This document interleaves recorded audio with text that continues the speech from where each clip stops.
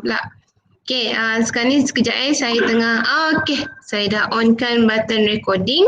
So, anak-anak, kalau suara saya tak jelas, bagi tahu. Okay, welcome Nasrullah. Okay, Alhamdulillah. Okay, kalau suara saya sangkut-sangkut, tolong bagi tahu. Sebab kita ni nak refresh back sebenarnya. Apa yang kita dah belajar sebelum cuti dan kita nak dalam ni sikit lah bab 5 ni, hujung-hujung bab 5 ni. Okay anak-anak, sekarang ni saya nak share screen. Sebelum tu kalau boleh keluarkanlah buku nota dan jot down lah, belajarlah untuk ambil nota dengan pantas. Tetapi saya bukan suruh salin semua, tak. Tapi anak-anak belajar untuk catatkan nota penting dan nota buatlah dalam short form, jangan tulis penuh. Kan nota kan kalau latihan anak-anak wajib mengeja dengan penuh. Tapi nota, belajar buat nota secara seringkas yang mungkin. Alright. Okay. First kali saya nak share screen dulu. Sekejap Kalau suara saya sangkut, kalau paparan tak jelas, bagi tahu. Okay. So saya tak nampak keadaan anak-anak macam mana. Right. Okay. Alright, Alhamdulillah, Aiman. Welcome Aiman. Jangan lupa baca doa, nak belajar. Okay. So hari ni, sekejap saya buat present. Sekejap Hari ni kita nak tengok sedikit rumusan tentang bab 5 ni lah. Sebab bab 5 ni bab yang agak panjang. Okay. Kemudian kita pula ada selang dengan cuti kan. Right. Okay. Fazarina. Ya Ustazah. Nampak tak paparan slide saya? Nampak Zah. Alhamdulillah. Okay, so saya teruskan Saya teruskan dan tak nak basi masa lagi. Alright. Yang baru masuk jangan lupa link kehadiran dalam kita punya kelas yang campur 4S 4H tu. Okay. Alright. So apa yang kita nak buat hari ini? Kita nak buat sedikit rumusan lah tentang daripada 5.1 pembahagian sel, 5.2 perwarisan, 5.3 mutasi. Kemudian barulah yang ni 5.4 ni sebenarnya saya sentuh sekali lalu je sebelum cuti hari tu. So kita nak tengok mendalam sikit lah. 5.4 teknologi kejuruteraan genetik dan 5.5 adalah variasi. Di samping kita bincangkan latihan anak-anak. Latihan tu saya ada mintakan masukkan dalam link. Okey, so tahniah kepada 8 orang, 4 Syafi'i yang dah masuk. Anis, Ayuni, Nadia, Rose, Naufara tak nampak lagi nama dia. Safia, ini Syazwani, Mus'ab. Mus'ab pun tak nampak lagi nama dia. Okay, yang ni semua dah hantar. So yang belum hantar lagi Aidil, Nazrul belum hantar, Faiz, Ikhwan, Nasrullah, Hazin, Putra dengan Rabiatul. Yang ni belum hantar lagi. Okay, so saya harap anak-anak bolehlah menghantarnya. Okay, sebab ni adalah tugasan dan jadi PBD saya nak bagi markah sebenarnya. Markah pentaksiran bilik darjah. Okey, ni 4 Syafi'i. 4 Hanafi, Alhamdulillah 4 Hanafi ramai dah hantar. 15 orang daripada 20 orang telah menghantar tahniah.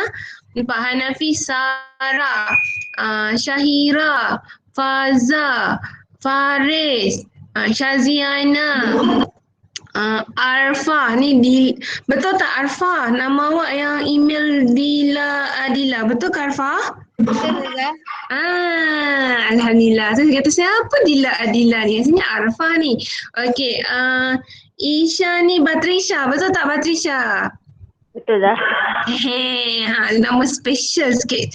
Okay, Aisyah, Hafiz. Hafiz ni tidur lambat, tak bangun lagi ke apa tak tahulah. Okay, Kuratu, Fikri, Mukris, Razin, Nabila, Fatimah. Tahniah kepada 15 orang yang telah hantar.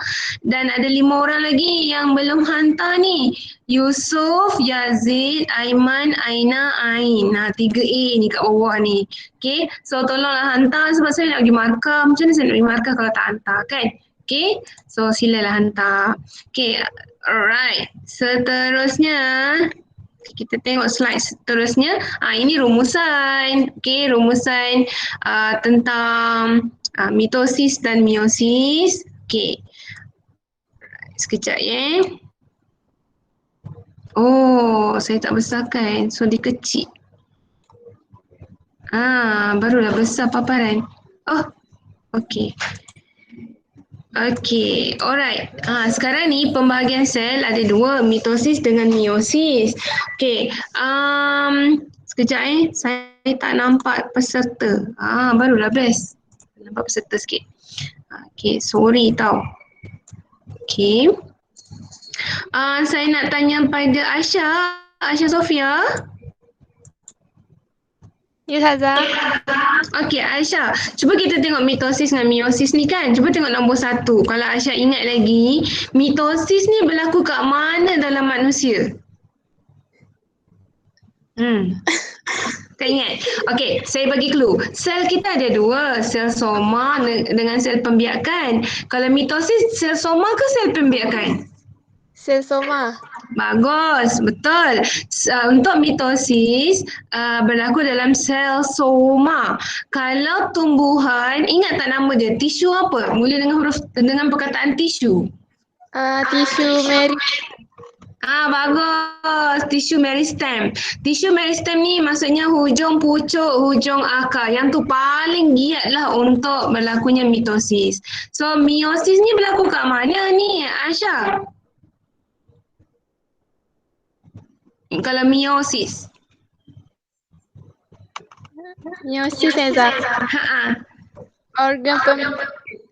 Bagus, organ pembiakan. Seperti apa, Syah? Seperti ovari dan testis. Bagus. Kalau tumbuhan, apa organ pembiakan dia?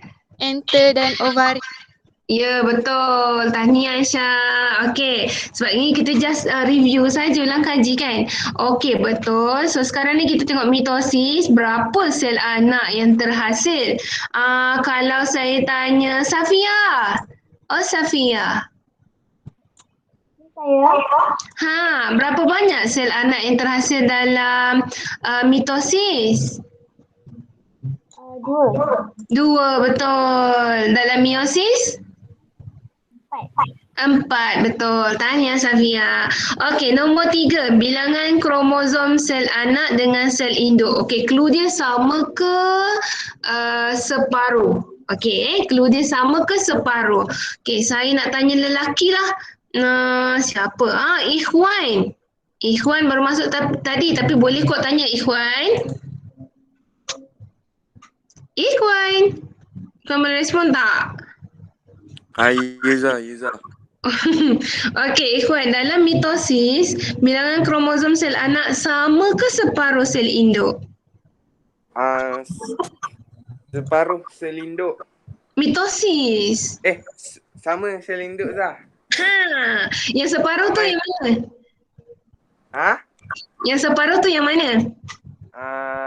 Yang mana? Yang mana? Yap. Yang kromosom kan?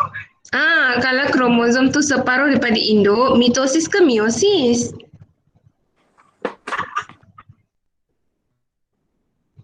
Apa Zah? Kalau kromosom dia, kromosom anak kan, separuh dari induk, mitosis ke meiosis?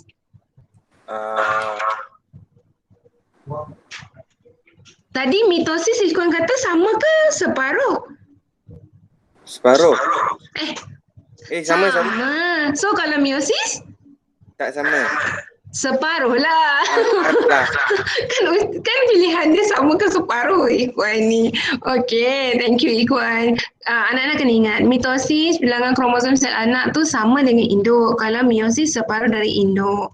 Okay, kalau kandungan genetik, okay, clue dia, clue jawapan dia sama ke berbeza dengan sel induk saya nak tanya siapa Razin. Oh Razin. Izzah. Okey. Bergema. Kandungan genetik sel anak sama ke berbeza dengan sel induk? Mitosis berbeza. Mitosis berbeza. Meiosis? Meiosis sama. Terbaliklah Razin. Balik Izzah. Okey. Alright. Sekarang ni kalau kita tengok kandungan genetik sel anak untuk mitosis dia sama dengan sel induk. Tapi kalau meiosis dia tidak sama dengan sel induk. Sebab ada satu proses yang berlaku dekat meiosis tu. Ingatlah kalau meiosis ni kan hasilkan sperma dengan ovum. So sperma dengan ovum ni yang memastikan anak yang lahir tu dia tidaklah sebiji betul macam parents dia, tapi dia ambil separuh daripada ibu, separuh pada ayah kan.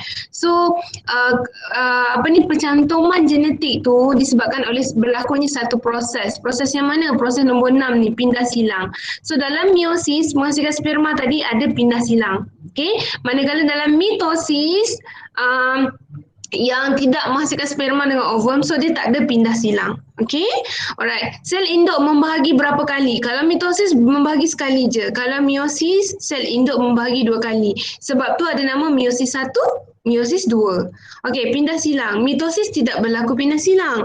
Tapi meiosis berlaku pindah silang yang menyebabkan adanya variasi. Variasi tu maksudnya kepelbagaian. Okey, next.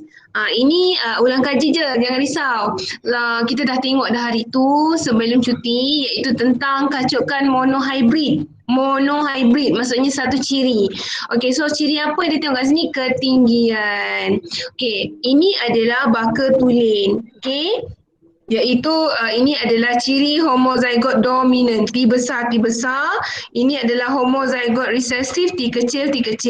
Berlaku proses meiosis dapat gamet. Okey, so gamet kan separuh kan, so sebab tu dia T besar 1 kemudian T besar 2. Yang ni separuh, T kecil 1, T kecil 2. Kemudian berlaku persenyawaan. Okey, ini kebarangkalian persenyawaan berlaku. Katalah yang ni sperma. Sperma 1 bercantum dengan ovum 1. Jadi T besar, T kecil. Sperma 1 bercantum dengan ovum 2. Begitulah seterusnya. So ini kacukan tulen. Homozygote dominant, homozygote recessive. Kalau, homozygote dominant, homozygote recessive dapat anak F1. Generasi filial 1. Okey. T besar, T kecil. Semua T besar, T kecil. So semua tinggi. Okey. Bila generasi filial 1 ni kita kacukkan pula. T besar, T kecil, kacuk T besar, T kecil. Buat cara yang sama lah. Keluarkan meiosis, apa gamet dia. Dua-dua induk, apa gamet dia. Kemudian kita tengok kebarangkalian persenyawaan berlaku. Sekejap siapa masuk? Nabila. Okey. Okey, kita tengok kebarangkalian persenyawaan berlaku. Kemudian kita tengoklah bila gamet dah bercantum, apa dia genetik F2. F2 ni kenapa dia F2? Sebab tadi yang kita kacuk adalah F1. Okey, so anak dia jadi F2. Genotip kandungan gen, fenotip ciri-ciri fizikal. So depends on gamet lah. Macam ni sperma 1, ovum 1, so T besar. Sperma 1, ovum 2, T besar, T kecil. Okey? Ni ulang kaji. Alright. Satu lagi, bila kita kacukkan monohybrid, ini antara contoh manusia lah. Bapa yang boleh gulung lidah dengan tak boleh gulung lidah. Okey? Saya tak nak pergi mendalam kat sini sebab ni hanyalah ulang kaji sahaja. Okey, ini anak-anak belajar juga tentang raja skema penentuan jantina anak. So, kalau bapa 44 tambah XY, kalau ibu 44 tambah XX. Okey, saya nak tanya, Saya nak tanya siapa saya tanya Arfa lah, Arfa. Okey, Arfa cuba tengok kan gamet bapa ni nama dia sperma. Okey, ada berapa jenis sperma yang ada dalam rajah? Dua, betul? Satu sperma 22 tambah X, satu sperma 22 tambah Y. Ovum ada berapa jenis? Satu. Ya, betul. Dua-dua ovum 22 tambah X. Sebab tu dikatakan jantina anak ditentukan oleh sperma bapa. Sebab sperma ayah ni yang berbeza kandungan genetik dia. Ibu sama je 22 tambah X. Ovum ibu sama. Tapi sperma bapa berbeza. Kalau sperma bapa tu 22 tambah X bercantum dengan mensenyawakan ovum ibu. So anak dia 44 tambah XX. So anak dia perempuan. Kalau sperma dia yang 22 tambah Y bercantum dengan ovum ibu. Ayat dia mensenyawakan ovum ibu. So dia akan jadi 44 tambah XY. Bukan YX tau, XY. So anak tu akan jadi lelaki. Kalau ada Y je dia jadi lelaki. Kalau tak ada Y dia adalah perempuan. Okey, Aidil. Oh, Aidil. Ya. Okey, Aidil tengok gambar rajah kan. Berapa kebarangkalian perempuan, anak perempuan? Kebarangkalian ni persen sebenarnya. Berapa peratus anak perempuan kebarangkalian ibu tu mendapat anak perempuan setiap kali mengandung? Berapa persen? 50% Ustazah. Betul 50%. Okey, cuba Aidil kira berapa perempuan dekat gambar rajah tu? Dua. Berapa jumlah anak yang kebarangkalian anak yang daripada rajah? 4. So 2 bahagi 4, kita pemudahkan jadi 1/2 kan? 1/2 darab 100 dapatlah 50%. So kebarangkalian anak perempuan 50%, kebarangkalian anak lelaki juga 50%. Okay, thank you Arfa dan Aidil. Okay, next. Ini pun ulang kaji je. Saya tak tengok mendalam lah. Okay, kita ada 2 jenis mutasi. Mutasi gen. Satu lagi nak tanya Aina. Aina boleh respon tak? Iza. Aina, kita ada 2 mutasi. Satu mutasi gen. Satu lagi mutasi apa Aina?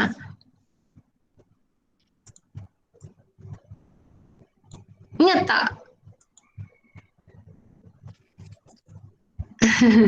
Ingat ke tak? Kita ada 2 mutasi, satu mutasi gen, satu lagi mutasi apa? Jumpa tak?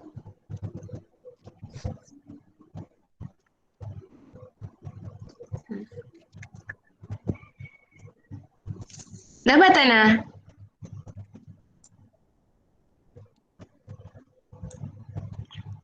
Terjumpa?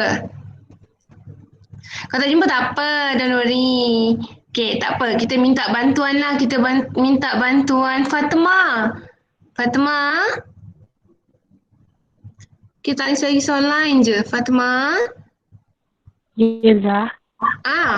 Boleh bantu Aina. Kita ada 2 jenis mutasi. Satu mutasi gen, satu lagi mutasi apa?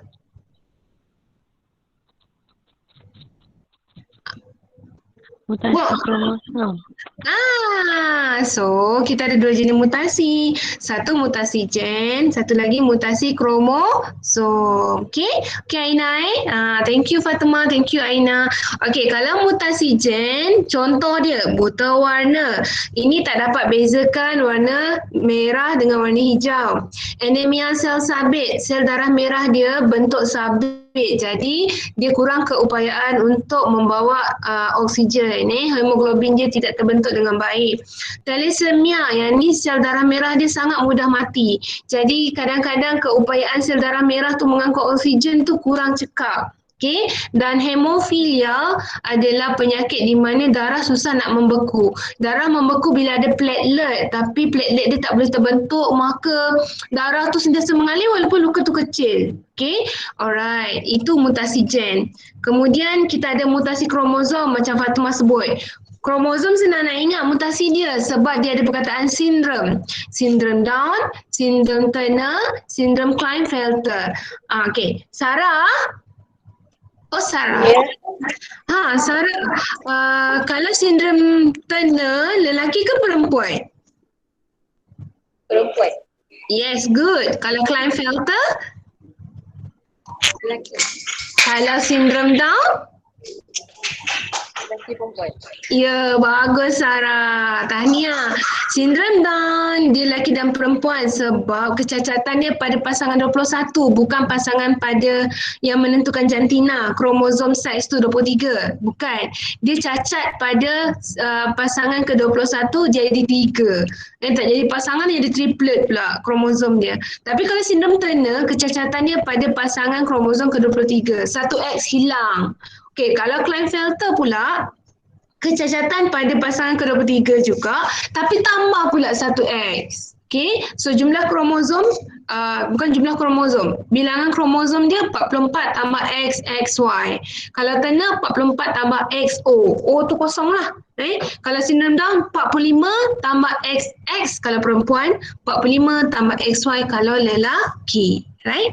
Okey, ini ulang kaji. Alright, kemudian kita belajar juga hari tu tentang penyakit gangguan gen. Okey, seperti hemofilia dan buta warna. Kita dah tengoklah bagaimana mekanisme pewarisan dan kita tahu bahawa penyakit gangguan gen ni adalah gen resesif. Poin ketiga. Gen resesif yang membawa penyakit terletak pada kromosom X. So kromosom X ni kita panggil gen terangkai seks. So pada kromosom X sahaja yang ada gen resesif ni yang menyebabkan sindrom-sindrom ni tadi. Menyebabkan mutasi gen iaitu hemofilia ataupun buta warna. Okay. Alright. Seterusnya. Okey, sekarang ni kita nak bincang soalan. So nombor 1 saya nak dengar suara siapa Suara lelaki lah. Faris lah. Faris Haikal. Boleh tak Faris? Nombor 1. Ya, Zah. Nombor 1 boleh bacakan soalan dan berikan jawapan.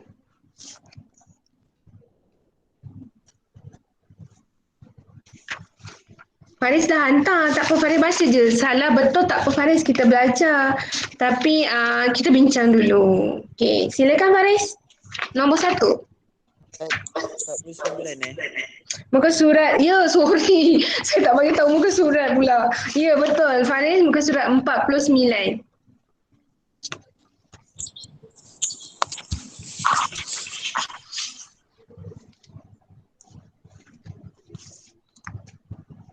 Nombor 1, silakan. Bahan pengawet pewarna dan pengawet. Okey, dia suruh tandakan betul faktor yang menyebabkan mutasi kan? So Faris jawab sesetengah bahan pengawet, pewarna dan pemanis tiruan. Jawapan yang itu betul Faris. Seterusnya yang mana lagi penyebab mutasi?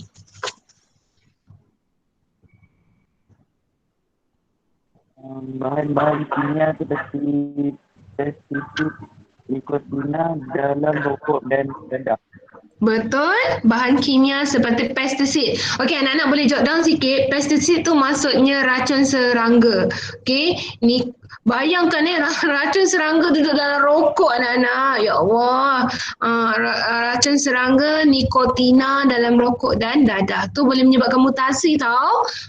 Bahaya ni. Elak-elakkan siapa yang merokok. Ada ke? Kalau ada, jauhkan. Tengok ada pestisid dalam tu, ada racun serangga. Okey, lagi Faris? Sinaran radioaktif, sinar gamma atau umbu radioaktif. Betul, bagus. Sinaran radioaktif, sinar gamma, sinar ultraunggu dan sinar X. Betul Faris. Dan ada lagi satu. Ada lagi satu tinggal. Kehamilan pada Usia yang lewat. Betul. Terima kasih Faris. So ada 4 jawapan anak-anak. Seperti yang Faris bagi tahu semua betul. Yang salah adalah makanan pedas dan berempah. Parahlah pula kalau kita makan pedas, makan rempah jadi mutasi kan. Okay, Alhamdulillah lah Allah tak takdirkan itu pula penyebab mutasi. Okay, so soalan ni senang lah sebenarnya. Bahan pengawet, pewarna, pemanis tiruan boleh menyebabkan mutasi. Dahsyat ni. Kemudian bahan kimia, sinaran dan kehamilan pada usia yang lewat. Dan selalunya kalau usia yang lewat ni risiko yang paling besar adalah sindrom Down lah anak tu. Okay, next. Saya nak mohon bantuan perempuan pula. Suara yang saya belum dengar. Okay, Patricia. Patricia boleh Patricia? Boleh Kakak. Yes, okay, silakan baca soalan dan berikan jawapan. Nombor 2, penyelidikan genetik dapat menyebabkan penyakit gangguan gen. Contoh, albinisme yang disebabkan oleh gen resesif pada autosom berwarisi. Okey, albinisme ni albino atau orang Melayu panggil penyakit sopak. Okey, disebabkan oleh gen resesif pada autosom. Autosom ni maksudnya pasangan kromosom 1 hingga 22. So albino disebabkan oleh mutasi pada autosom nombor 1 hingga 22. Alright, induk dia suami normal, isteri normal. Okay, tapi dia punya genotip dia adalah A besar, A kecil, A besar, A kecil. A besar dia normal, A kecil dia adalah albino resesif. Okay, Patricia tengok kan, A besar, A kecil, A besar, A kecil. Okay, pendapat Patricia, adakah dia ni suami dengan isteri ni pesakit? Dia ada 3 option. Adakah dia normal? Adakah dia normal tu maksudnya dua-dua gen dia normal lah. Adakah dia pembawa gen resesif tu atau adakah dia pesakit? Apa pendapat Patricia? Normal. Dia normal tetapi dia membawa gen albino. Sebab dia gen resesif A kecil ni. Okey, gamet dia apa Patricia? A besar. Yang kedua? A besar. Kecil. A kecil. Okey, A besar, A kecil, A besar, A kecil. Kemudian kita buat persilangan. Saya tak boleh nak buka lagi ni. Okey, boleh Patricia bagi tahu tak? Genotip anak kebarangkalian yang pertama, bulatan yang pertama ni apa dia? A besar. Betul. Yang kedua? A besar, A kecil. Betul. Yang ketiga? A besar. Betul. Yang keempat? A kecil, A kecil. Alright. Kalau A besar, A besar. So fenotip dia macam mana Patricia? Anak. Normal. Ya, dia normal. A besar normal. Kalau A besar, A kecil, dia ada 2 ni. A besar, A kecil. Anak. Normal, tapi kena tambah sikit. Normal, saya buka lah jawapan dia. Susah pula. Okay. Kalau A besar, A kecil, dia normal tapi dia ada bawa gen albino kat sini. Dua-dua sama. Normal tapi merupakan pembawa gen albino. So yang kebarangkalian yang terakhir dia adalah pesakit. A kecil. Anak-anak yang ni wajib lukis tau. Okay, thank you Patricia. Okay, ni wajib. Thank you so much. Ini wajib lukis. Okay, macam mana nak lukis ni? Buat satu-satu. Okay, kebarangkalian pertama turunkan A besar. Ambil pula ni. Ovum mak, ovum isteri tu kan? Cantumkan dengan sperma yang pertama. So A besar. Sperma yang pertama cantum dengan ovum yang kedua. So A besar cantum dengan A kecil. Okey, kemudian sperma yang kedua, A kecil, cantum dengan ovum yang pertama, A besar. A kecil tak boleh duduk depan, resesif tak boleh duduk depan, dominan yang kita tulis di hadapan. So A besar, A kecil. Kemudian yang last kali, sperma yang kedua, cantum dengan ovum yang kedua, jadi A kecil. Tu genotip dia. Fenotip mesti berdasarkan genotip. Okey, kebarangkalian untuk mendapat anak albino, satu je, 1/4 atau tukar kepada peratus, 25%. Kalau anak normal tapi merupakan pembawa ada 2/4 ataupun mudahkan jadi 1/2, tukar jadi peratus 50%. Okey, boleh tanda anak-anak, lupa pula nak cakap. Tandakan dengan pen merah. Okey, tandakan dengan pen merah. Okey, Faza tanda tak? Fazarina? Alhamdulillah. Okey, next. Sebabkan tu, maka saya nak minta tolong Hafiz. Hafiz? Ya dah. Dah mandi belum ni? Alhamdulillah. Okey, Hafiz. Lengkapkan petikan tu, Hafiz. Ni, okey. Individu yang mempunyai satu alel dominan Betul? dan satu alel resesif. Betul? Jadi sebagai pembawa trait otak. Don't call. Ada orang call pula. Ya Sebagai Allah. pembawa trait albino. Fikri Zakol korang je. Fikri. Ya Allah, Fikri janganlah kacau. Okey, Walaupun individu ini tidak menghidap albinisme, dia boleh menurunkan ini kepada anak-anaknya. Sebab dia membawa kan. Okey, terima kasih Hafiz. Alright, ni jawapan dia lah. Boleh tanda pakai pen merah tau. Individu yang membawa satu alel dominan A besar dan satu alel resesif A kecil, albino tu lah, dikenali sebagai pembawa trait albino. Trait ni ciri-ciri tadi tu. Walaupun individu ini tak sakit, dia tidak menghadapi albinisme, tapi dia boleh turunkan A kecil tu kepada anak dia. Bukti dia apa? Patah balik yang tadi lah. Yang ni. A kecil ni.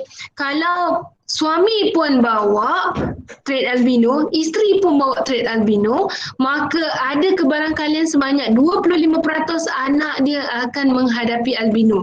Jangan peliklah tengok, mak dia tak sakit pun, ayah dia tak sakit pun albino, kenapa anak dia albino? Maksudnya mak dia pembawa, ayah dia pun pembawa. Sebab tu anak dia boleh kena albino. Alright, tu kena faham lah gambar rajah ni. Anak-anak jangan cakap tau, ni anak pertama, ni anak kedua, ni anak ketiga, ni anak keempat. Salah. Ini adalah kebarangkalian setiap kali ibu tu mengandung. Anak macam mana dia boleh dapat? Dia boleh dapat 25% anak yang normal. Dia boleh dapat 50% anak yang mungkin jadi pembawa, dan ada kebarangkalian sebanyak 25% anak tu terus jadi pesakit albino. Maksudnya ini adalah kebarangkalian. Okay. Alright. Okay, next. Muka surat sebelah. Okay, muka surat 50. Okay, kita nak minta tolong suara yang belum kita dengar. Nabila Alisha. Nabila okay? Nabila boleh respon? Okay, saya bacakan soalan. Nabila bagi jawapan Okey, saya bantu macam tu lah. Okey, B. Contoh, buta warna yang disebabkan oleh penyakit warisan terangkai seks. Bila anak-anak nampak perkataan terangkai seks ni, maksudnya dia ada dekat X. Dekat kromosom kromosom nombor 23 yang XXXY tu. So, dia ada pada kromosom X. Okay. Kalau dia XB besar, dia normal. Dia tak ada buta warna. Tapi kalau XB kecil, dia buta warna. Tapi dia resesif. Okay, katalah bapak dia normal. So XB besar Y. Mak dia pembawa. XB besar, XB kecil. Dia sihat tapi dia bawa gen resesif buta warna. Okay Nabila, bantu saya gamit dia Nabila. Sperma ayah yang pertama dia, apa dia? XB besar ke B kecil? Betul. Sperma ayah yang kedua bawa Y. Betul. Okey, ovum ibu yang pertama bawa apa? X. B besar. Betul. Ovum ibu yang kedua X. B kecil. Okey, sekarang ni proses persenyawaan berlaku. Sekejap lagi kita tengok. Alah, sama je dia punya silang-silang tu. Okey, sekarang ni dah dapatlah genotip anak ni. Okey, boleh tak Nabila bagi tahu dia punya fenotip? Kalau XB besar, lelaki ke perempuan?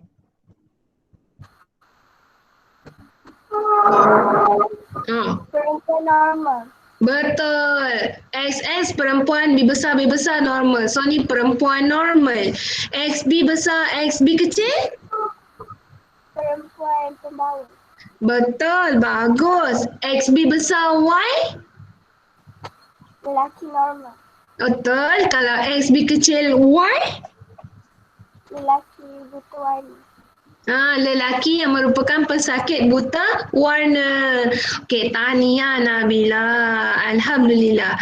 Okey, so saya nak minta bantuan Nadia. Terima kasih Nabila.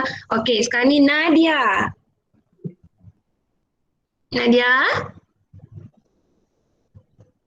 Oh, Nadia Husnina. Ya. Ada pun. Okey, sekarang ni kita nak tengok kebaran kalian Nadia boleh jawab dalam bentuk pecahan atau boleh jawab dalam bentuk peratus. Dua-dua pun boleh. Okey, anak perempuan normal, berapa dia punya pecahan atau kebaran kalian dia? 25%. Betul. Anak perempuan tetapi pembawa? 25%. Betul. Anak lelaki normal? 25%. Anak lelaki buta warna? 25%. Senang kan? Alhamdulillah. Thank you Nadia.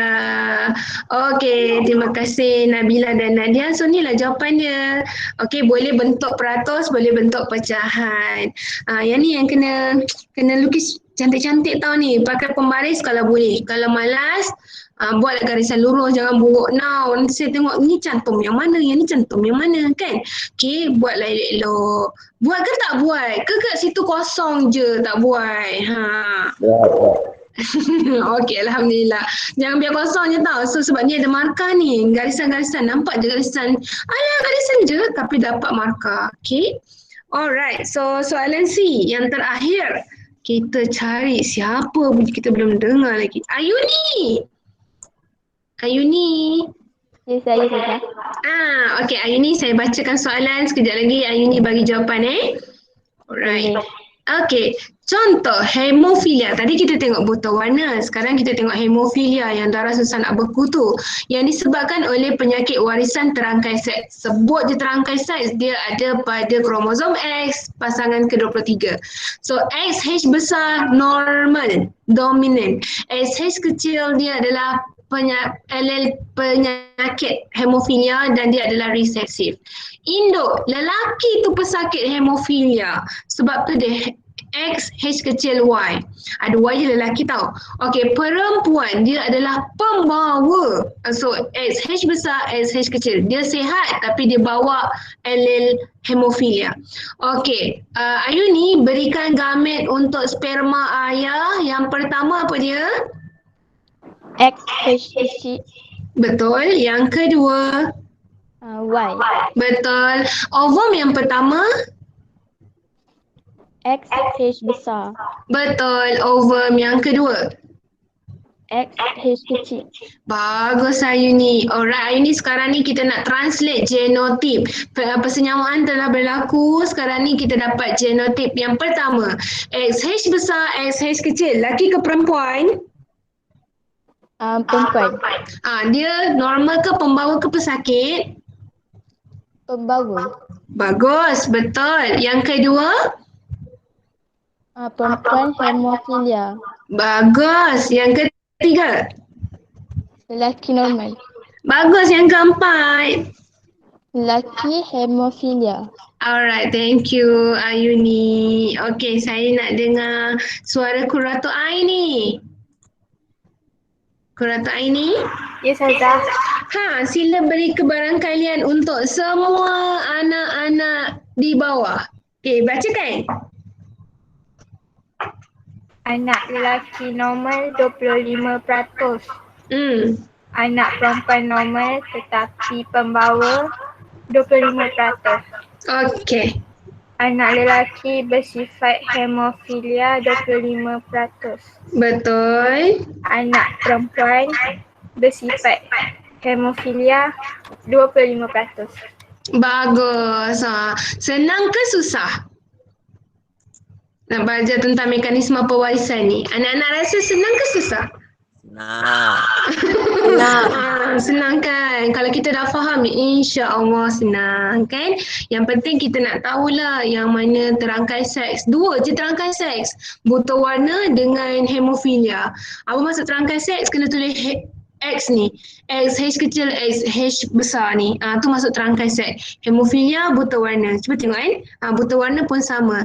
Tapi kalau albino dia tak terangkai seks. Dia dekat autosom kan? Sebab tu dia direct dia tulis A besar, A kecil, A besar, A kecil. Tu beza dia lah. Kalau terangkai seks kena ada huruf X. Dua je. Buta warna, hemofilia. Yang lain-lain tak payah. Direct dia tulis huruf dia. Okay? Alright, anak-anak, habis dah tentang mekanisme pewarisan. Sekarang ni ulang kaji balik tentang kaedah mengesan penyakit gangguan gen. Saya ada terangkan tapi sangat laju lah sebelum cuti hari tu. Oh, siapa yang baru masuk? Yazid. Ahlan wa sahlan Yazid. Alhamdulillah masih berkesempatan. Okey, Yazid bolehlah buat keluar buku, nota, salin, jot down nota, okey. Buku sains proses skill sebab kita sedang bincang soalan sekali dan buku teks untuk buat rujukan. Okey, sekarang ni kita nak tengok ulang kaji kaedah mengesan penyakit gangguan gen. Ada dua kaedah. Nama dia satu kaedah amniosintesis. Amnio ni adalah bendalih amnion. Kalau orang Melayu panggil cecair ketuban. Yang cecair dalam tu. Tapi saintifik dia adalah amnion. Okay? So kaedah untuk kesan gangguan gen yang pertama nama dia kaedah amniosintesis. Yang kedua namanya kaedah karyotip. Karyotip dia check pada gen dalam sel. Kaedah-kaedah ini menghasilkan karyotip. Karyotip yang diperoleh akan digunakan untuk kesan sebarang keabnormalan pada kromosom fetus. Ingat tak karyotip dulu kita susun daripada pasangan 1 sampai pasangan 23. Tu adalah karyotip. Kalau tiba-tiba pasangan nombor 21 ada 3, sah anak dia akan sindrom Down. Okay. Tujuan dia untuk kesan penyakit gangguan gen lebih awal. Okay. Sebab tu lah ada doktor yang dapat tahu anak puan ni mungkin menghadapi penyakit ... Kan? Sebab daripada kaedah-kaedah yang ini. Okey, apa itu kaedah amniosintesis? Dia kesan keabnormal. Abnormal ni tak normal lah. Keabnormalan sel fetus. Ahlan wa sahlan Mus'ab. Okey. Alright, kita sekarang sedang ulang kaji. So kaedah amniosintesis ni dia kesan keabnormalan sel fetus. Bila minggu ke-15 hingga ke-20 kehamilan, lebih kurang dalam 3 bulan hingga 4 bulan fetus tu lah dalam kandungan. Okey, so langkah awal sebelum dia ambil bendalih tu dia imbas dulu ultrasound. Dia imbas dulu ultrasound. Okey, mengimbas ultrasound untuk menentukan kedudukan fetus dan nak tengoklah fetus tu kat mana, takut nanti tercucuk fetus pula kan. Okay, dan menentukan arah jarum picagari, kat mana jarum tu nak dimasukkan. Dan jarum dia bukanlah kecil, jarum dia agak besar. Okay, so macam mana? Mula dia buat ultrasound, baby kat mana? Fetus di mana, kemudian jarum dimasukkan dengan berhati-hati melalui bahagian abdomen ibu menembusi dinding uterus. Uterus tu rahim lah. So anak-anak tengok jarum ni tembus rahim. Okey, nombor 2, bendalih amnion yang dalam ni ada air kan. Bendalih amnion dia ada sel fetus tau. So sel fetus tu terampai dalam bendalih amnion. Kita ekstrak bawa keluar. Lepas bawa keluar dia akan empar tu maksudnya katalah ada tabung uji, dia akan pusing dengan laju. So sel tu akan turun ke bawah. Okey, sel fetus tu akan terasing dan dia akan asingkan kromosom tu melalui kaedah karyotip. Alright, yang baru masuk Naufara baru masuk kan? Siapa tadi? Mus'ab. Okey, yang baru masuk jangan lupa isi kehadiran dekat dalam kita punya grup. Grup yang cantum kelas 4S 4H tu. Okey, masukkan je. Dan kalau tertinggal lebih kurang dalam sejam anak-anak tertinggal ni, Hampir sejam, belum sejam pun. Hampir sejam dah tertinggal. Saya dah buat recording, nanti saya bagi rakaman. So dengarlah balik sambil-sambil rehat tu dengar dan tandakan sign proses skill. Okay? Untuk yang baru masuk. So janganlah rasa, alah malulah baru masuk. No, masuk je tak apa. Baru masuk tak apa. Okay, yang penting anak nak masuk. Okay, ini kaedah karyotip. Okey, tadi kan dah ada sel fetus kan? Okey, lepas tu kita tambahkan bahan kimia lah untuk rangsang mitosis, bukan meiosis tau, mitosis, pembahagian sel. So dia akan rangsang kromosom tu jadi menebal. So lagi mudah lah untuk asingkan. Inkubasi selama 2 hingga 3 hari. Kalau anak nak perasan, dekat belakang makmal ada macam oven tu adalah incubator. Alat untuk inkubasi. Okay. Bahan kimia lain ditambah untuk hentikan mitosis peringkat metafasa. Kan ada metafasa, anafasa, tu semua tu lah. So, dia sampai metafasa je. Kemudian sel dipindahkan ke dalam tiub, empah balik. Dia pusing lagi laju balik untuk pekatkan sel. Kemudian sel dipindah ke dalam tiub baru, ada bahan penetap. Okay. Larutan daripada tiub disedut, dititiskan atas slide mikroskop, ditambahkan pewarna supaya nampak lagi cantik. Bukan, supaya nampak lagi jelas. Bukan lagi cantik, lagi jelas. Kemudian dia tengok bawah mikroskop, dia ambil gambar. Gambar kromosom tu dia potong, kemudian dia susun mengikut saiz dan bentuk, dan dia akan kesan lah ada tak kena abnormalan. Kurang kromosom ke lebih kromosom. Dia akan tengok kat situ. So daripada kromosom, daripada kaedah ni kita boleh dapat mutasi kromosom lah. Mutasi kromosom. Sindrom Down, sindrom Klinefelter dan sindrom Turner. Okay. Alright.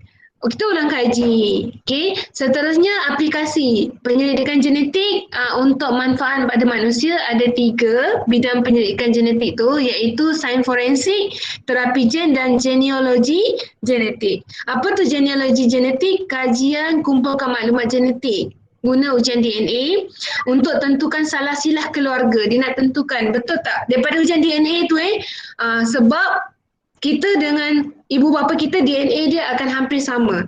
Okay, so untuk tentukan salah silah keluarga. Terutamanya anak angkat. Anak-anak, boleh tak respon saya? Ada tak dengar kes yang tertukar baby yang melibatkan CT? CT ke nama dia tu? Ada tak? Kan?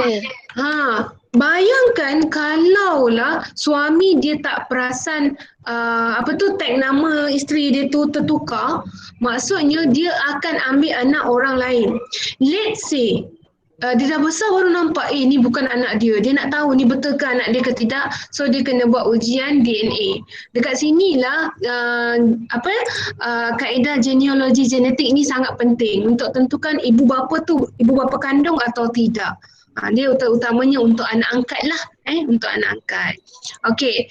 Ini adalah sains forensik. Saya dah terangkan itu sebenarnya sains forensik ni adalah untuk selesaikan kes jenayah di mana dia ambil lah bukti-bukti kalau macam Altantuya dulu yang dia dibom tu kan. So ada sisa-sisa daging ke tulang ke. So dia ambil sampel tu, kemudian dia hantar ke makmal analisis dan dapatkan DNA. Sebab tu masa kes Altantuya, kalau anak-anak tahulah, bapa dia dipanggil ke Malaysia untuk dapatkan dia punya DNA. Razin angkat tangan dengan Razin. Ke tertekan? Tertekan. Ya, kan nak tanya soalan. Kalau nak tanya soalan boleh tanya je tau. Okay. So saya sambung balik. Jadi kan bapa dia dah datang, so dia match kan. Betul ke sampel yang cebisan daging tu adakah dia lebih kurang sama macam Altantuya tu sendiri. Siapa guna nick Suhaiza pun angkat tangan. Ada nak tanya ke? Ke tak ada? Sebab guna nama lain, saya tak perasan lah siapa pula orangnya. Okay, so saya move ini terapi gen. Okay, terapi gen ni tujuannya nak baikilah gen-gen yang mutant, gen-gen yang tak normal, yang cacat. Gen mutant ni boleh menyebabkan penyakit macam cystic fibrosis, fibroid dalam ovari, hemofilia. Okay, dan anemia sel sabit. So, kita boleh mengatasi masalah gen mutant ni. Tapi gunakan kaedah terapi gen. Kaedah dia gen normal masukkan ke dalam tisu ataupun sel pesakit. Gantikan gen yang dah rosak tu. Okey, kalau tengok gambar rajah, ini secara ringkas. Bukanlah ringkas macam ni cara dia, tapi ini dah secara ringkas. Pinpoint dia. Sel stem ni adalah sel yang belum khusus, belum membahagi. Macam dalam tulang belakang kita, macam dalam usus kita, tu sel-sel stem. Dikeluarkan daripada pesakit. Kemudian gen pesakit ni maksudnya dia ada gen yang bermasalah tadi lah, gen mutant tadi. Kemudian gen normal masukkan dalam virus. Okay. Kemudian apa yang berlaku, virus tu akan termodifikasi, dicampurkan dengan sel stem pesakit, dia akan modify. Virus tu akan modify diri dia untuk menyerupai sel stem pesakit. Kemudian nombor 4, sel stem pesakit akan berubah secara genetik daripada virus tu tadilah. Okay. Kemudian sel-sel tersebut, sel yang dah normal tu disuntik masuk dalam tubuh pesakit dan dia akan ubah secara genetik. Kalau anak-anak belajar genetik ni, di mana kromosom-kromosom tu, DNA tu boleh menghasilkan protein atau hormon yang diingini. Dia agak detail sebenarnya. Cukuplah anak-anak just tahu step-step ringkas ni sahaja dalam terapi gen. Maksudnya terapi gen ni gantikan genetik yang mutant tadi dengan gen yang normal. Macam belajar jadi doktor kan. Tapi ni asas sahaja. Okay. Alright. Kesan penyelidikan genetik. Okey, genetik dijalankan untuk mengubah gen, boleh mendatangkan kebaikan dan keburukan, banyak digunakan dalam bidang perubatan dan pertanian. Kalau perubatan, saringan genetik adalah pengesanan awal kemungkinan seseorang tu ada penyakit atau melahirkan anak berpenyakit. Maklumat kesihatan setiap individu mesti dilindungi di bawah Akta Perlindungan Data Pribadi bagi mengelakkan penyalahgunaan maklumat genetik. Sebab doktor-doktor ni mesti simpanlah maklumat kita, tak boleh didedahkan. Nanti orang ambil kesempatan. Okay, alright, seterusnya. Ada apa-apa nak tanya tak sebelum saya proceed? Tak ada. Tak ada. Yang lain okey tak? Ada. So ni pun ulang kaji je. Okey, yang ni je lah kita nak tengok mendalam sikit je. Okey, kejuruteraan genetik iaitu genetik pun ada juruteranya juga, iaitu mengubah suai genetik sesuatu organisma melalui 3 cara.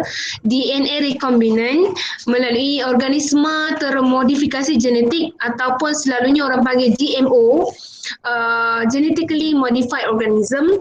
Okay, kita modify genetik organisma tu.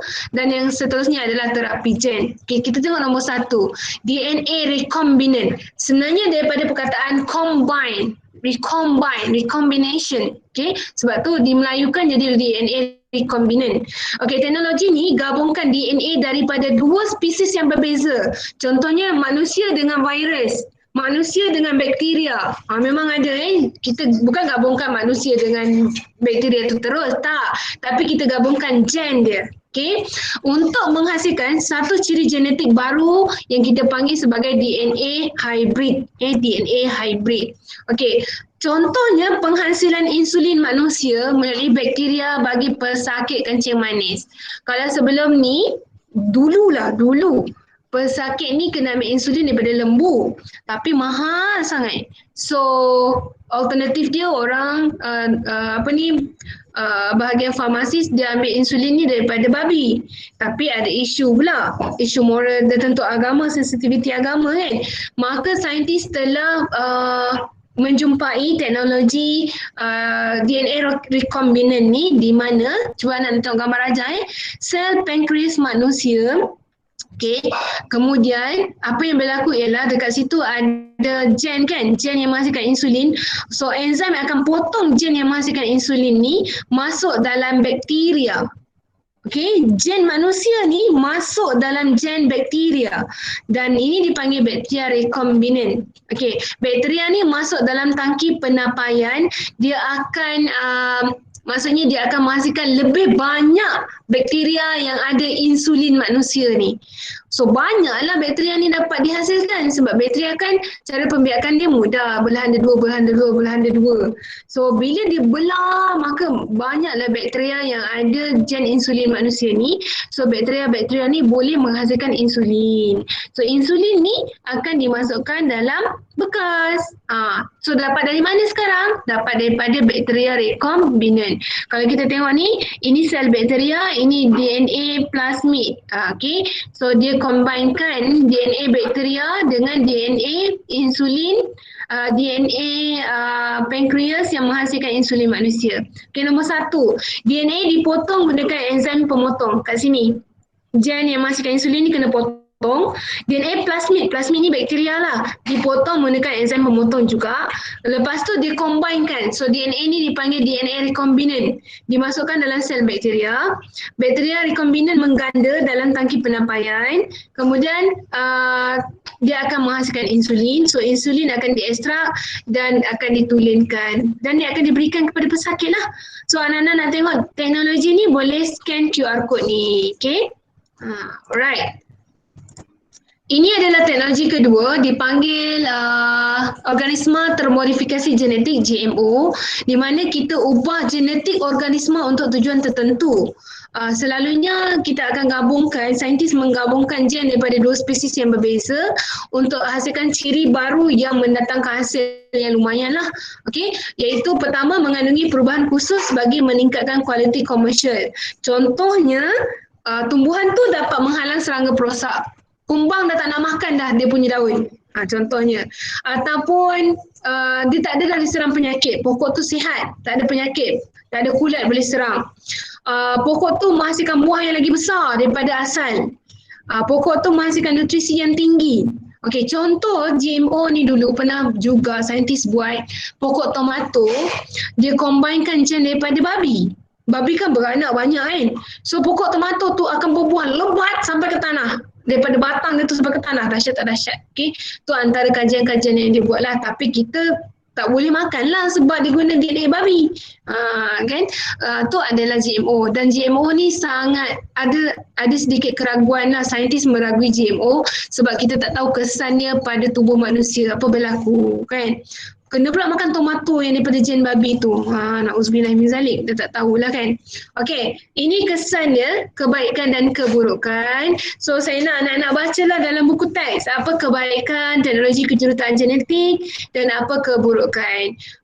Baca sendiri sebab dia mudah je nak faham kebaikan keburukan. Sangat penting, selalunya dia akan keluar soalan ni, kalau kebaikan keburukan ni mesti keluar esei.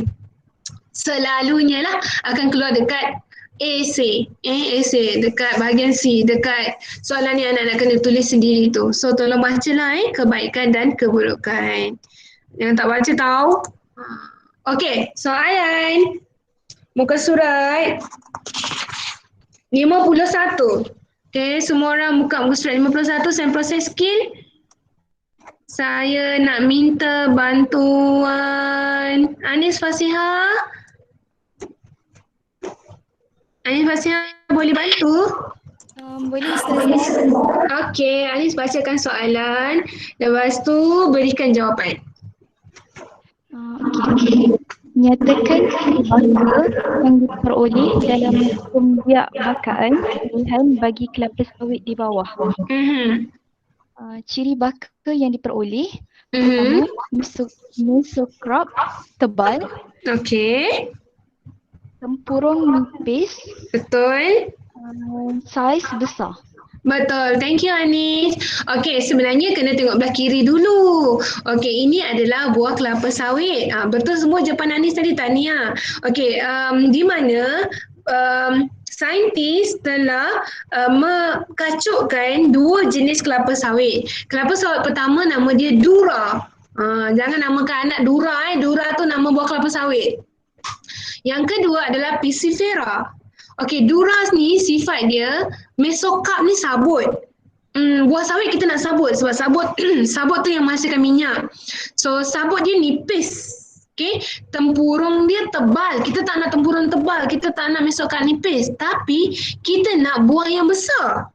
So Dura ni sifat khas dia buah dia besar. Okey. Saintis kacukkan dengan Piscifera. Apa kelebihan Piscifera? Mesokak sabut. Anak-anak tulis kat situ sabut. Sabut dia tebal. So minyak banyak. Kemudian tempurung dia nipis. Memang kita tak nak tempurung pun. Okey, dan saiz dia kecil. Kelemahan dia saiz dia kecil. So bila kita dapat buah yang baru nama dia Tinera, anak-anak kena ambil ciri yang baik je. Contoh, mesokak. Mesokak yang baik adalah mesokak tebal. Sebab tu tadi jawapan Anis yang betul mesokak tebal. Yang kedua tempurung. Kita tak nak tempurung tebal. Kita nak tempurung yang nipis. Yang ketiga saiz. Kita nak saiz yang besar. So saiz besar ambil daripada Dura. Mesokak tebal, tempurung nipis ambil daripada Piscifera. Dapatlah Tinera. Okay, thank you. Thank you Anis. Seterusnya nombor 2A. Nombor 2A, saya nak minta bantuan suara yang belum saya dengar. Naufara. Naufara boleh bantu Naufara?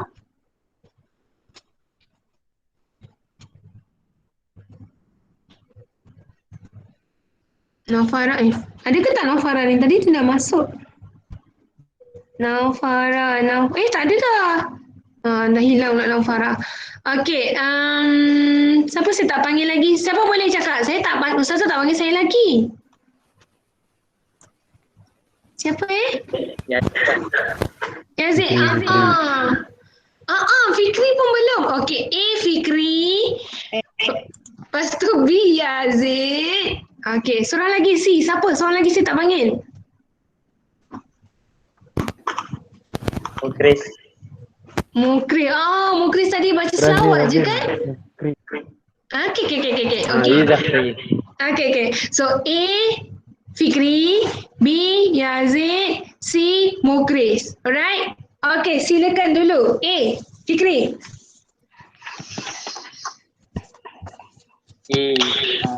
Terapi kajian untuk merawat atau mencegah penyakit dengan menyuntik gen ke dalam sel penyakit. Okey, betul. Kaedah terapi gen menggunakan gen untuk merawat atau mencegah penyakit dengan menyuntik gen ke dalam sel pesakit. Okey, gen baru suntik dalam sel pesakit. Itu terapi gen. Thank you Fikri, betul. Okey, Yazid B.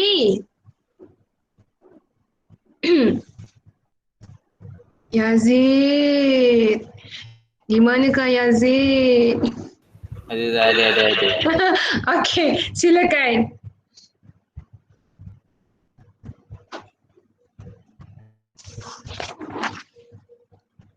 Jawab betul Fiza. Ya Allah, 51. 51. Soalan 2B. Soalan 2B Okey. Silakan. Pemindahan embrio boleh dilakukan pada haiwan. Okey, bagus. Yazid, embryo tu apa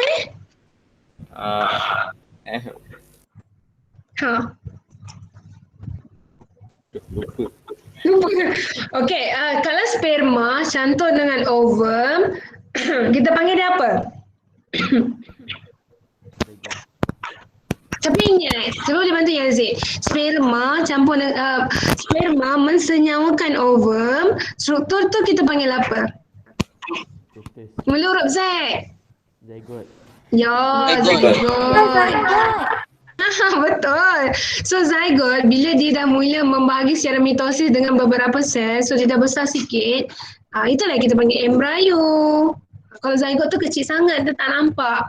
Tapi bila dia dah bermitosis, banyak sel telah terhasil, so dia akan jadi embryo. Embryo tu lah kita boleh pindahkan.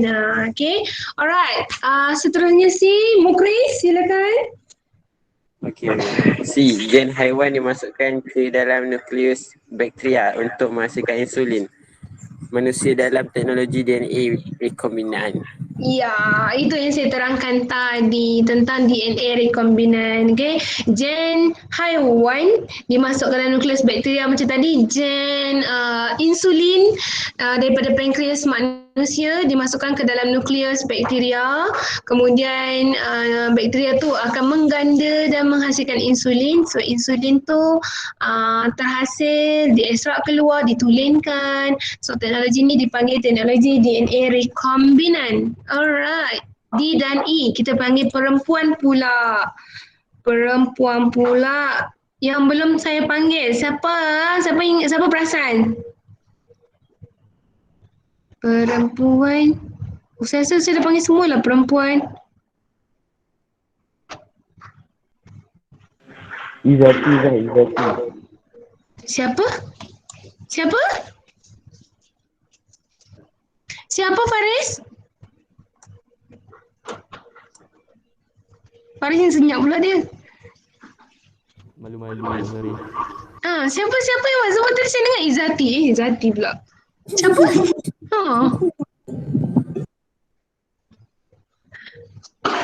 Malu lah Faris ni. Okey, saya pilih nama.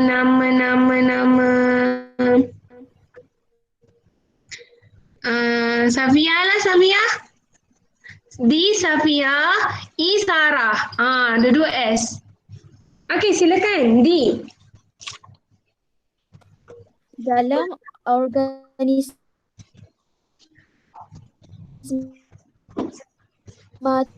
termodifikasi genetik, Betul. semua dimasukkan ke dalam tanaman atau ternakan untuk mendapatkan ciri-ciri yang diingini. Okey, betul Safia. Dalam organisma termodifikasi genetik atau bahasa Inggeris dia genetically modified organism, DNA daripada organisma dimasukkan ke dalam tanaman atau ternakan nak dapatkan ciri-ciri yang diingini. Macam saya cakap tadi. Itu yang paling mudah nak ingat lah. DNA babi dimasukkan dalam tomato. So membuah-buah, membiak-biak lah tomato tu. Tu adalah antara GMO lah.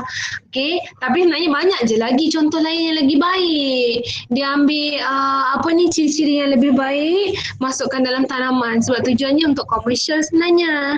Okay. E. Sarah. Silakan Sarah. E. Perklonan menghasilkan organisma baru yang menyerupai induknya. Contoh kambing biri-biri Dolly. Ini tumbuhan dan haiwan yang menyerupai ciri-ciri yang diingini telah berjaya diklonkan. Alright, thank you so much Sarah. Betul. Pengklonan menghasilkan organisma baru yang menyerupai induknya sebiji. Jangan guna perkataan sebiji pula Sama seperti induk dia. Okay. Contohnya Dolly, tapi Dolly ni mandul dan dia tak lama pun, umur dia tak panjang. Okay, tu adalah klon pertama. Kambing biri-biri ni klon pertama yang terhasil. Kini tumbuhan dan haiwan mempunyai ciri-ciri ini banyak diklonkan. Seperti pokok orkid yang cantik-cantik tu, banyaklah yang telah diklonkan. Alright, thank you so much Sarah. Okay, thank you so much Safia.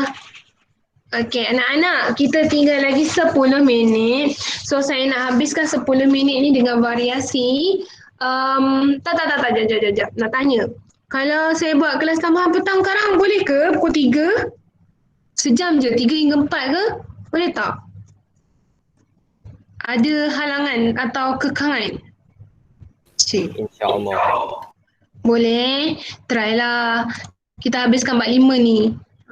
Kan, kita habiskan bab 5 ni untuk petang karang 1 jam je, 3 hingga 4. Okay, kita nak buat variasi. So saya tak nak masuklah variasi sekarang. Kita akan tengok variasi ni petang nanti. Lepas tu kita cuba habiskan semua latihan berbaki dalam sains proses skill. Cuma saya nak refresh back lah senarai nama yang tahniah yang dah hantar dan nanti yang belum hantar. Tadi saya nampak Nazrul, lepas tu Nazrul hilang betul lah, saya nampak Nazrul tadi. Nazrul dengan Nasrul, lepas tu dah tak ada dah. Dah tak ada dah, selamat.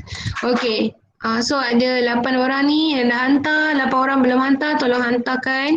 Begitu juga 4. Hanafi 15 orang dah hantar ni setakat 5:30 pagi tadi saya tengok dan 5 orang belum hantar. Yusuf tak masuk juga kan? Mungkin ada masalah kot. Okay, tak apa. Okay anak-anak, so saya rasa saya nak berhenti setakat ini sebab kita sambung 1 jam je lagi petang karang. Pukul 3 kita mula, insya-Allah.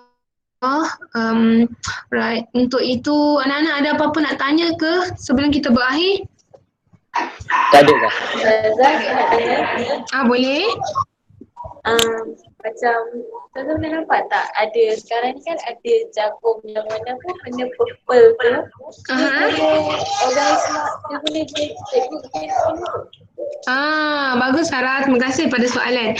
Okey, sebenarnya ada banyak version untuk jagung. Sama ada dia menggunakan teknologi seperti pengklonan ataupun macam Dura dengan Piscifera tadi. Ingat tak yang Anis jawab tadi, Dura dan Piscifera tu? Okey, yang tu pun betul. Ada juga yang buat jagung tu melalui teknologi pembiakbakan pilihan tu. Maksudnya dia pilih jagung ungu, dia kacukkan dengan jagung kuning, kan? Dan cuma saya tak pasti adakah dia GMO. Adakah dia berubah dari sudut genetiknya dengan cara insertkan, masukkan gen. Tu saya tak pasti. Tapi tak apa, kita boleh cari. Sarah boleh tolong saya cari, saya juga akan cari dan kawan-kawan yang lain tolong juga cari. Adakah jagung tersebut GMO? Jagung yang ungu tu, adakah dia GMO atau adakah dia sekadar pembiakbakan pilihan, maksudnya kita pilih dan kita kacukkan. Okay. So kawan-kawan boleh carilah, anak-anak yang lain boleh tolong cari, tolong bantu. Petang nanti kalau siapa-siapa jumpa boleh share bagi tahu adakah pertanyaan Sarah tadi jagung yang ungu tu merupakan GMO ataupun tidak. Thank you Sarah, bagus soalan Sarah tu, nanti kita boleh search. Okay, ingat tau jangan lupa cari masa-masa rehat kejap lagi. Okay, ada soalan lain Sarah? Okay, thank you for your question. Yang anak-anak yang lain? Okay. Okay. Alright, terima kasih sebab masuk kelas. Terima kasih sebab bangun pagi. Terima kasih sebab maintain sampai habis.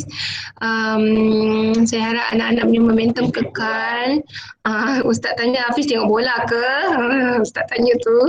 Okay. So, ya ke Hafiz tengok bola ke? Ustaz tanya. Tengok bola. Ustaz gelak. Ustaz tahu. Lepas tu,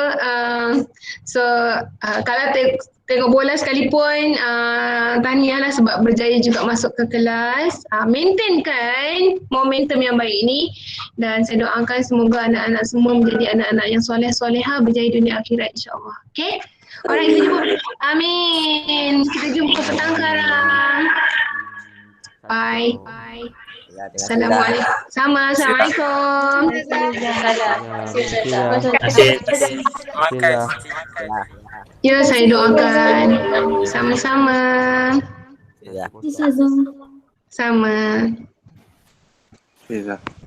Sama.